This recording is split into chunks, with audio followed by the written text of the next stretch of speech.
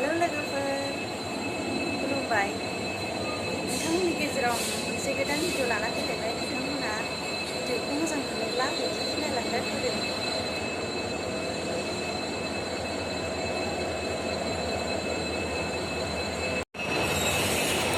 जोङो रङिया स्टेसन मोनफैबाय आरो हरनि 2टा जाबायमोन जोङो गहपुरनिफ्राय रङिया स्टेसनसिम फैदों आरो मुसलपुराव नायलांबाय थादो बिदिब्ला जों मानि थाखाय फैदों नायलांबाय थादो लोगोफोर होनबानो मिथिगोन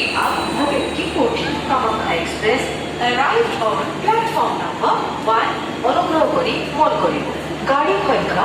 1523 उजनी हुआ भावेकी Kothi Kamakhya express 1 number platform पर आने से कृपया ध्यान दें गाड़ी संख्या 15623 भावेकी कोठी कामाख्या एक्सप्रेस प्लेटफॉर्म क्रमांक 1 पर आ चुकी है।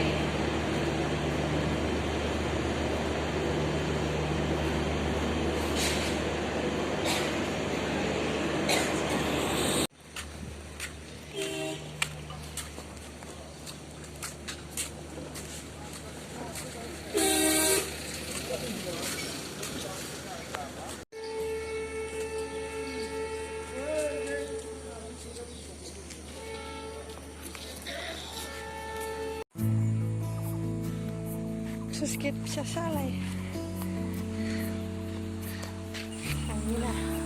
जोङो फुङाव सिखारनानै एसे खाथियावनो सोनाबा एसे बालाफारा गामिनि सोनाबहा सुसकेट फिसा दं आरो बेयावनो बेरायफैबाय जों फुङाव आब'जों आंजों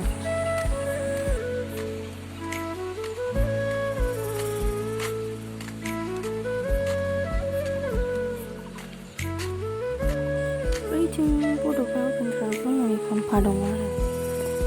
ओमफ्राय बिथिं गथ'फोरनि गेलेग्रा बायदिसिना दंमोन दा गेलेला खोमा हाग्रा लाजोब्बाय नै बानलु बुरिसो ना मा जायो बे सनामोन थानाय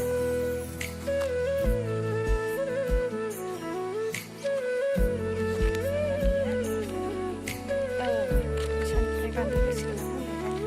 थिंसो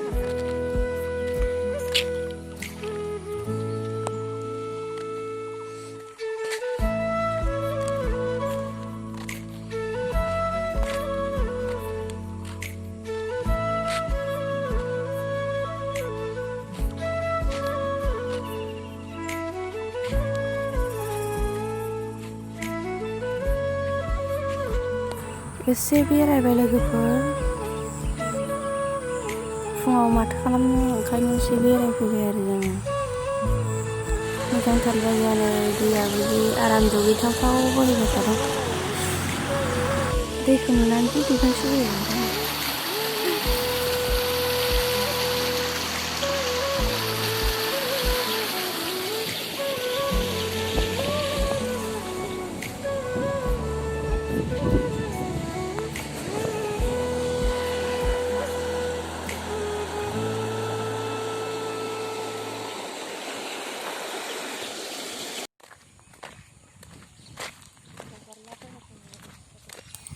बेरायखांनानै न'आव थांफिनबाय जोङो दुगैहैनोसै एसे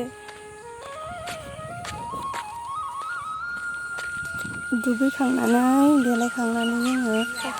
आथिमंगल थांनो ओंखारबाय आरो बाजैमोननि आथिमंगलाव नायलांबाय थादो लोगोफोर नै जोंनि माने इसोर गामिनि आथिमंगलखौ नायलांदो आरो जों आथिमंगलावसो फैदों आरोना जों गामियाव लांबाय आरोना इसोर गामिनि बाजैखौ ओमफ्राय जों बेयावनो आथिमंगल फैदोंमोन नोंथांमोना नायलांबाय थादो नै जों थांगासिनो गस्ला सोजोबगोन दा बे गस्ला गांसेया 100 नम्बरसोमोन आबैनिसोमोन जों मैया हरावसो मोनफैदों नालाय हरनि 3टानि बारबायमोन आरो जों ओमफ्राय होजोंहाय जोंहानि बाजैमोननाव थाहैयालासिनो जोङो बाजैनि बिमानै जानायनाव जोङो थाहैदोंमोन आरो ओमफ्राय दा थांगासिनो बिसानिफ्राय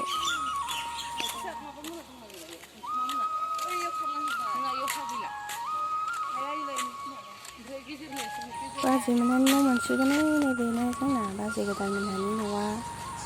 ओमफ्रायो आं भिडिअखौ देखायलांबाय थानोसै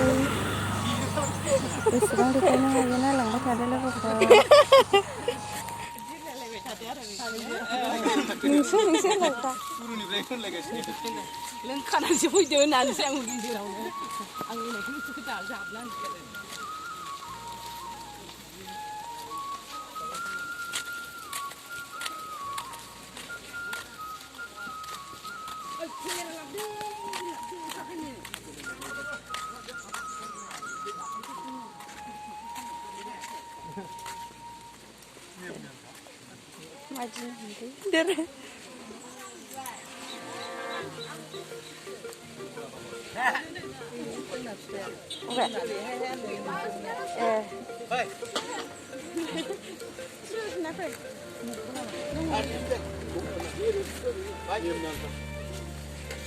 जों मोनफैबाय नै बाजैमोननि न'आव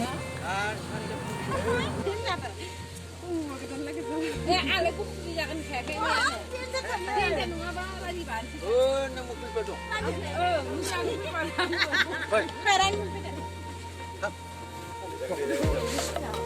खामानिया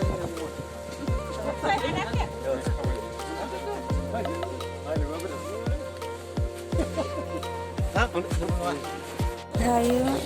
न'खरनि खुरमा जाथिफोरखौ सनमान होबाय आरो बिदिब्ला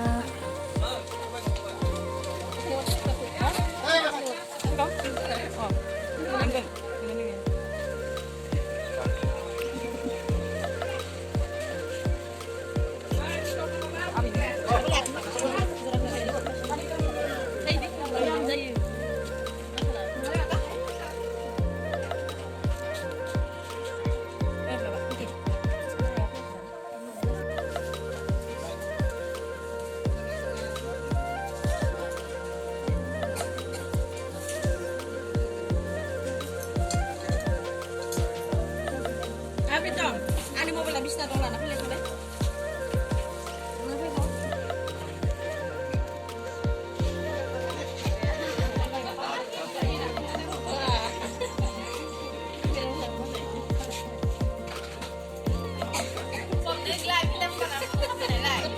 Kita boleh nafsu.